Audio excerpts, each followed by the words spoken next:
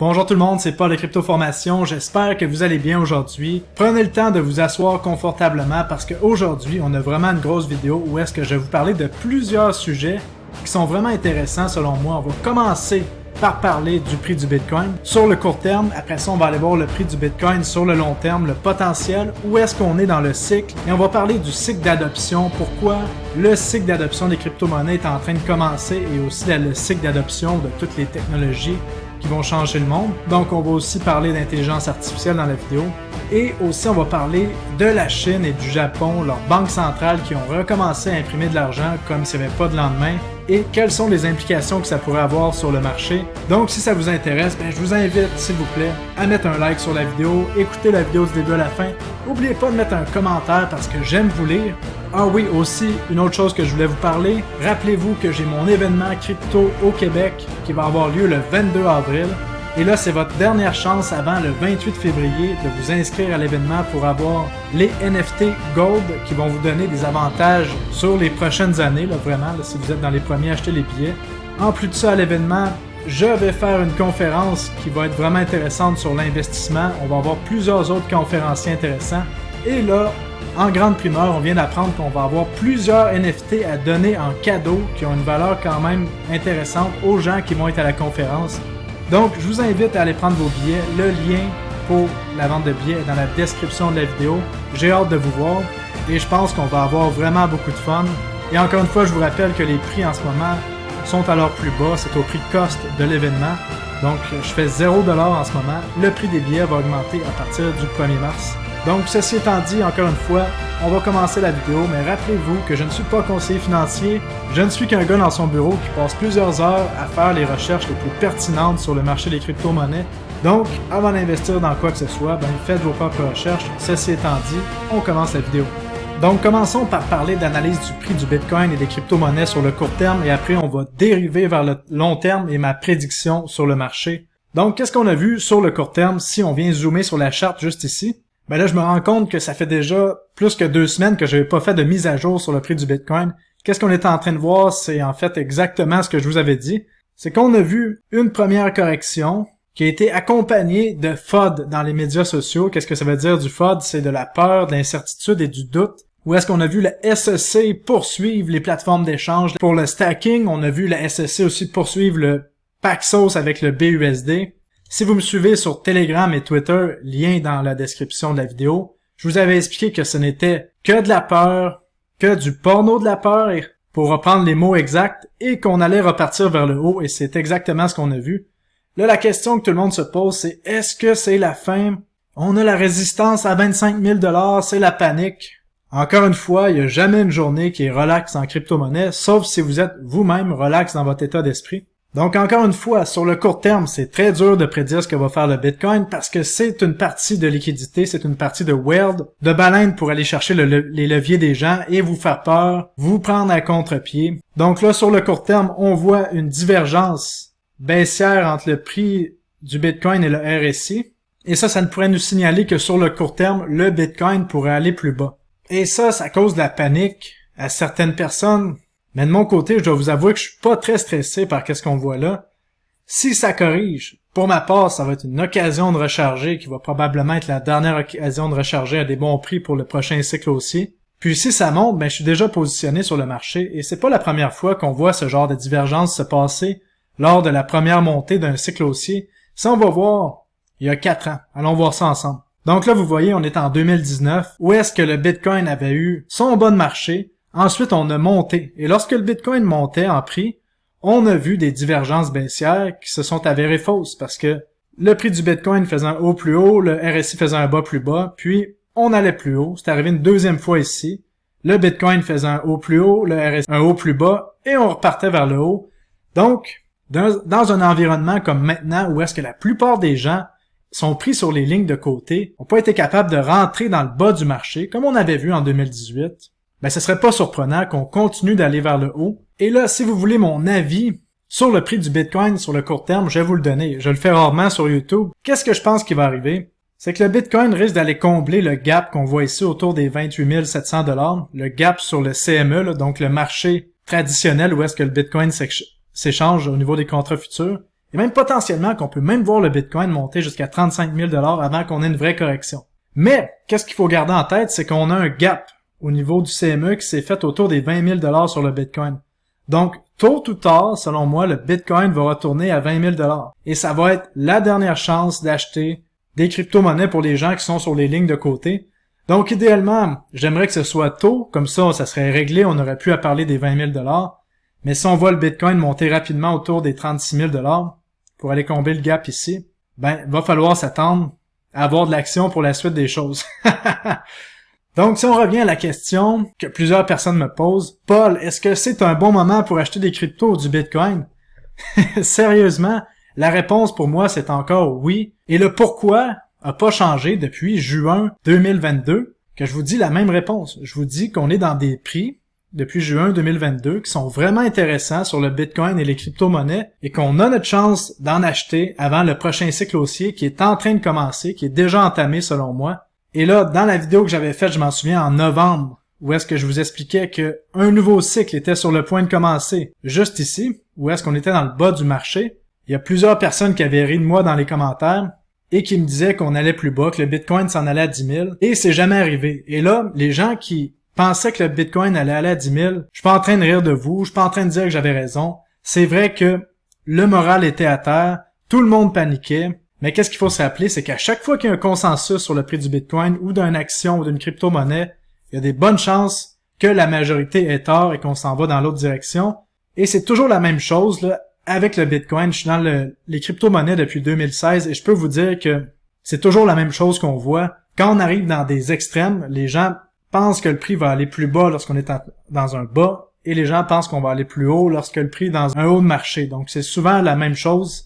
Et c'est même un très bon indicateur pour investir sur le marché. Mais quoi qu'il en soit, je vous répète encore la même chose. Si on pense que le Bitcoin, d'ici 2 ans, va être autour des 60 000 $, même des 100 000 $, on est dans des moments fabuleux pour acheter. Sur le court terme, on peut avoir de la volatilité. 2023 risque d'être une année extrêmement volatile. Et même si vous savez quoi, on va aller encore plus loin sur la chaîne. Là, vous savez, en ce moment, tous les économistes, même les économistes les plus connus, sont en train de dire qu'on va avoir une année 2023 de cataclysme et que le marché va s'effondrer à zéro. Et je vous partage ici la charte que Money Radar a publiée sur Twitter. À chaque fois qu'on a une correction de marché, tous les gens nous disent que ça va être une répétition de 2008, le crash de la bulle immobilière et du marché qu'on avait vu. Et vous voyez à tous les fois que les gens paniquaient, c'est pas arrivé encore, jusqu'au jour où que ça va arriver. Et là, la question à se poser, c'est est-ce que les banques centrales ont terminé d'imprimer et sont prêts à changer de système monétaire, à laisser s'effondrer le marché de la dette? Ça, personne n'a la réponse, sauf les gens qui travaillent à la Banque centrale qui sont des gens non élus. Mais selon moi, je pense que c'est pas terminé et qu'on va avoir un beau coup encore d'injection monétaire et on va en parler plus tard dans la vidéo parce que vous allez voir que il y a certaines banques centrales qui font aller l'imprimante et que ça peut amener beaucoup de choses. Donc, pendant que tous les économistes s'excitent à dire encore une fois qu'il va y avoir un crash, de mon côté, je prends ma propre décision. J'ai décidé d'accumuler depuis l'été 2022 et jusqu'à maintenant, ça paye. Parce qu'on a su repérer les narratifs à temps. Par exemple, des exchanges décentralisés de dérivés, des produits de real yield, de l'intelligence artificielle. Et ça fait en sorte que même si le Bitcoin est dans un range, depuis l'été 2022, mon portfolio qui est public sur mon groupe paulcryptorecherche.com est à 48% de gain en ce moment, alors que le Bitcoin est à pratiquement 0% de gain depuis que j'ai commencé mon rapport mensuel et mon groupe de recherche en août 2022. Et là, ce qui est impressionnant, c'est que le Bitcoin et l'Ethereum n'ont pas vraiment commencé à monter. Aussitôt qu'on va voir le Bitcoin dépasser les 25 000 $, on va voir des explosions à la hausse sur tout le marché des crypto-monnaies. Là, en ce moment, on a vu seulement les crypto-monnaies dans les bons narratifs qui ont explosé, mais là, aussitôt qu'on dépasse les 25 000 $ sur le Bitcoin, selon moi, ça va être le festival des montées paraboliques. Et même aujourd'hui, on va aller encore plus loin. Je vais vous montrer une charte exclusive que j'ai montrée à mon groupe de recherche. Selon moi, dans le cycle de marché, on est ici, là, où est-ce que le cercle rouge. Donc, on a eu notre première correction de la première vague. Et là, je vous rappelle que la théorie des vagues d'Elliott est vraiment pas parfaite, mais l'idée, c'est juste de nous situer où est-ce qu'on est à peu près dans un cycle de marché aussi. Et là, on est tellement au début que ça que c'est vraiment intéressant de comprendre ça, là, parce que ça veut dire que si on se positionne maintenant, probablement pour la prochaine année, peut-être même pour les 2 prochaines années, on a des gains vraiment fabuleux qui s'en viennent. avec des corrections brutales, parce que le marché des crypto-monnaies, on a des montées incroyables, mais on a aussi des corrections brutales. Donc, il faut vraiment garder ça en tête. Mais ce que je veux vous dire ici, c'est qu'on est parti pour avoir beaucoup de plaisir dans le marché des crypto-monnaies. Et là, on va aller parler d'adoption ensemble parce que je pense que c'est vraiment important de le faire. Et là, la partie de vidéo que je vais vous faire en ce moment, ben, je vais vous mentionner ce que Mark Yusko, qui est un excellent économiste selon moi, a mentionné sur YouTube. Donc, Mark Yusko parlait des générations. Il nous parlait de la génération des baby boomers en ce moment, qui ont entre 59 puis 77 ans, qui sont en ce moment pas mal la classe la plus riche, là, qui contrôle le système, qui ont les postes les plus hauts dans les compagnies, avec la génération X. Et là, il nous disait que quand on va voir ces personnes-là, là, entre 50 et 75 ans, on leur demande c'est qui leur courtier, ben ils vont dire ben mon courtier c'est telle banque ou tel courtier reconnu à la banque. Après ça, on leur demande mais c'est quoi le pourcentage en or que vous avez dans votre portfolio lorsqu'on va voir une banque traditionnelle? Ben, ils vont dire on a à peu près 4 à 5% de notre portfolio qui est dans l'or. Et après ça, on leur demande c'est quoi votre pourcentage dans le Bitcoin? Ben là, il nous rit à la gueule, il nous dit que le Bitcoin c'est de la merde. Et après ça, on leur demande est-ce que vous utilisez la finance décentralisée et le NFT? Et là, ils disent c'est quoi la finance décentralisée? C'est quoi un NFT? Donc, c'est ça qui se passe en ce moment. Et ça, c'est la tranche d'âge qui est sur le point de quitter les grosses compagnies et le marché du travail. Donc, cette tranche d'âge-là de personnes qu'on peut voir ici aux États-Unis, la charte démographique, n'aura plus aucun pouvoir décisionnel bientôt, et ça va être la tranche d'âge en dessous qui va avoir le pouvoir décisionnel.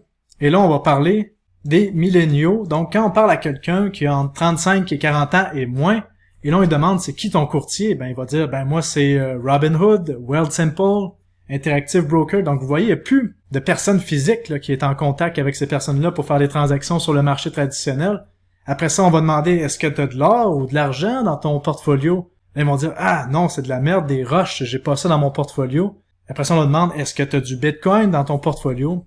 Puis la plupart des gens en bas de 35 ans vont être gênés de vous dire que oui, ils ont un énorme pourcentage de Bitcoin dans leur portfolio. Puis quand on leur parle de DeFi, ben oui, ils utilisent la DeFi et les NFT à tous les jours. Donc là, cette tranche d'âge-là, qui a un pouvoir de plus en plus grand dans les compagnies et les institutions, est en train de prendre le contrôle et c'est ça qu'ils font de leur journée. Donc vous comprenez que l'adoption des crypto-monnaies est inévitable.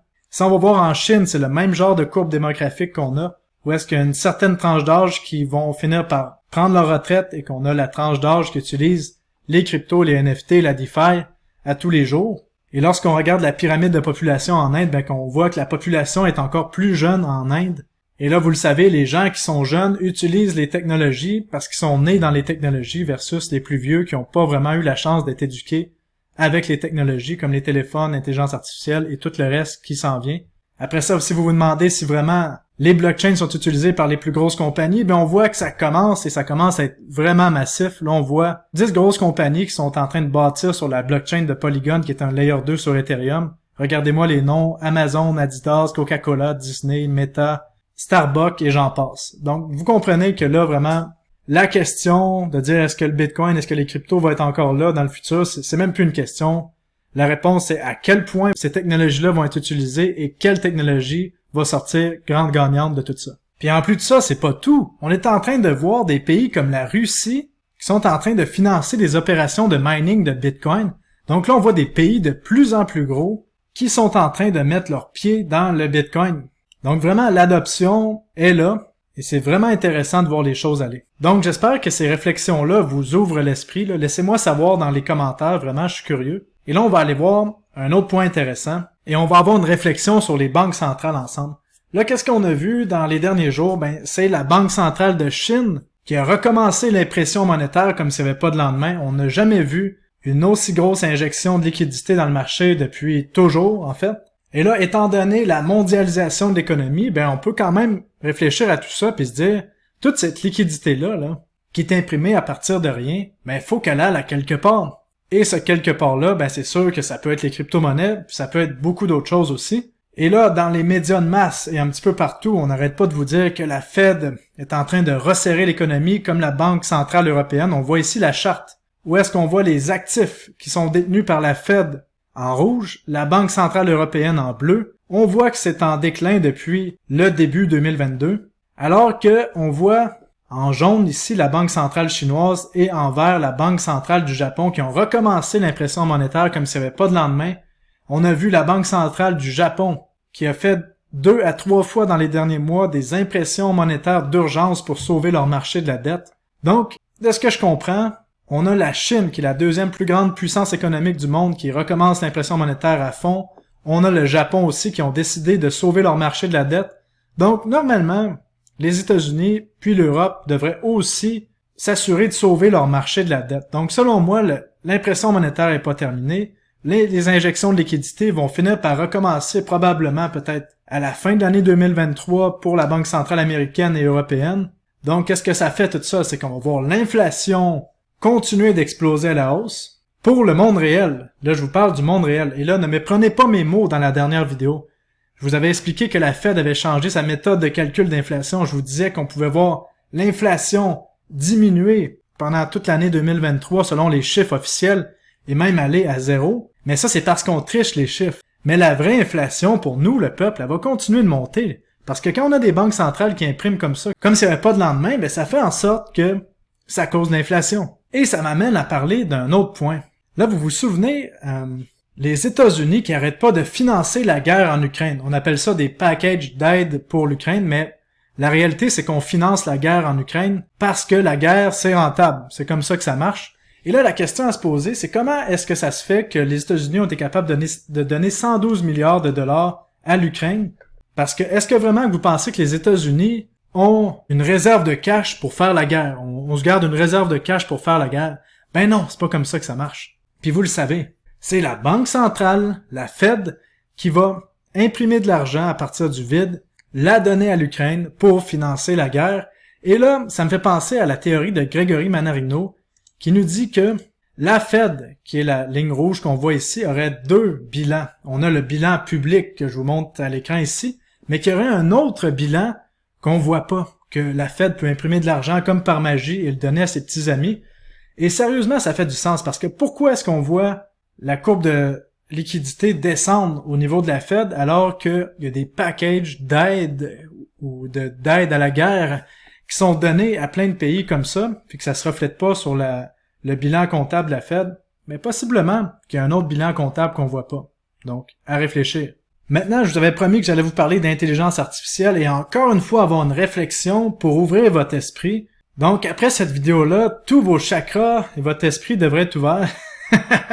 Donc, commençons avec une réflexion que c'est Shamad Palihapitiya. Bon, je suis jamais capable de prononcer son nom comme il faut. Mais bon, ce milliardaire-là a parlé d'intelligence artificielle dans un de ses dernières vidéos, puis je trouvais ça vraiment intéressant, fait que je voulais vous le partager. Il nous a dit que ChatGPT, là je pense que j'ai plus besoin de faire la présentation, c'est quoi ChatGPT, là, le logiciel de langage avec l'intelligence artificielle? Ben c'était, si on veut, comme la réfrigération. C'est un excellent parallèle qu'il a fait. Vous savez, la première personne qui a inventé la réfrigération, ben c'était une révolution. Oui, cette personne-là a fait de l'argent probablement dans le temps, mais la vraie entité, les vraies entités qui ont fait de l'argent, c'est les gens qui ont bâti au-dessus de la réfrigération. Et là, il donnait l'exemple de Coca-Cola. Coca-Cola a vraiment bénéficié de la réfrigération parce que c'est eux qui ont fait le gros argent en utilisant les frigidaires pour mettre leur bouteille de Coke dedans. Donc, qu'est-ce qu'il veut dire? C'est que ChatGPT, c'est le premier bloc de l'intelligence artificielle. Et là, il y a beaucoup de blocs qui vont se construire par-dessus l'intelligence artificielle. Et encore une fois, rappelez-vous que si vous pensez connaître c'est quoi le potentiel de l'intelligence artificielle, ben c'est que vous n'avez pas compris c'est quoi l'intelligence artificielle encore parce qu'il y a beaucoup de choses qui s'en viennent. Et là, il y a encore des personnes qui ont de la misère à comprendre c'est quoi BitTensor avec son potentiel, mais on peut un peu faire le parallèle de la réfrigération, c'est que BitTensor va être le layer 0, là, où est-ce que toutes les applications d'intelligence artificielle vont pouvoir se bâtir dessus. Et là, je vais vous montrer un tweet que je trouvais intéressant, c'est qu'on voyait que ChatGPT avait 175 milliards de paramètres, et là, BitTensor, une fois que le réseau fini va être lancé là, dans quelques semaines, BitTensor, son réseau de neurones va être 400 fois plus gros que GPT-3. Donc, vous comprenez, c'est à ça que ça sert vraiment d'avoir un réseau décentralisé qui permet qu'on a plus de puissance de calcul, et encore une fois, je vous rappelle que la guerre de la puissance de calcul est commencée pour l'intelligence artificielle, et c'est les plus gros réseaux, selon moi, qui vont gagner. Et là, pour une fois, je peux parler de BitTensor en disant qu'on arrive possiblement dans des zones intéressantes d'achat possiblement entre 50 et 65 $. Ça va être des moments intéressants. Donc, je vous lance l'idée comme ça. Et là, si on revient sur la réflexion sur l'intelligence artificielle, là, il y a plusieurs personnes qui sont en train de se dire « Oh non, l'intelligence artificielle va voler tous nos emplois. » Mais là, je vais vous encourager à réfléchir à ceci. C'est la même chose qu'on a dit quand les ordinateurs sont arrivés, la même chose quand la robotique est arrivée, la même chose qui a été dit quand même les autos sont arrivés, pour citer Mark Yusko encore une fois. Et là, en ce moment, qu'est-ce qu'il faut comprendre, c'est que même si on a eu toutes ces technologies-là qui sont arrivées, qui ont remplacé des jobs, oui, il y a des gens qui ont perdu leur emploi, mais en ce moment, dans la planète, il n'y a jamais eu autant d'emplois. Donc, qu'est-ce que ça veut dire? C'est que les nouvelles technologies vont rendre des emplois obsolètes, mais vont créer des nouveaux emplois qui vont permettre d'être plus créatifs, plus fonctionnels, d'avoir une meilleure efficacité, qui vont mettre plus de valeur dans le monde. Donc, l'intelligence artificielle, faut voir ça comme quelque chose qui peut être utilisé pour fonctionner encore mieux, et non l'inverse. Donc, voilà, petite réflexion sur l'intelligence artificielle, et là, dans une prochaine vidéo, laissez-moi savoir si ça vous intéresse, on pourrait parler des NFT, parce que la finance NFT s'en vient, et ça va sûrement exploser en 2023, aussitôt qu'en 2023 et en 2024. Et quand je parle de la finance des NFT, là, c'est que maintenant, on a des plateformes qui permettent de prendre nos NFT, de les mettre dans un contrat intelligent et emprunter sur la valeur de nos NFT. Il y a des plateformes qui vont permettre de trader la valeur des NFT avec des leviers, des marchés de NFT. Donc vraiment, les choses évoluent et vraiment vite. Donc, laissez-moi savoir dans les commentaires si ça vous intéresse. Si vous avez aimé la vidéo, n'oubliez pas de vous abonner. Ce serait vraiment le fun d'atteindre les 100 000 abonnés, pourquoi pas en 2023. Et pour terminer, laissez-moi savoir s'il y a des choses que vous aimeriez que je parle dans une prochaine vidéo. Et si vous voulez aller plus loin avec moi, avoir des nouvelles sur mon portefeuille et mes recherches, je vous invite à vous abonner à mon groupe paulcryptorecherche.com. Donc ceci étant dit, je vous dis tout le monde, passez une belle journée et on se revoit dans une prochaine vidéo. Salut, bye bye.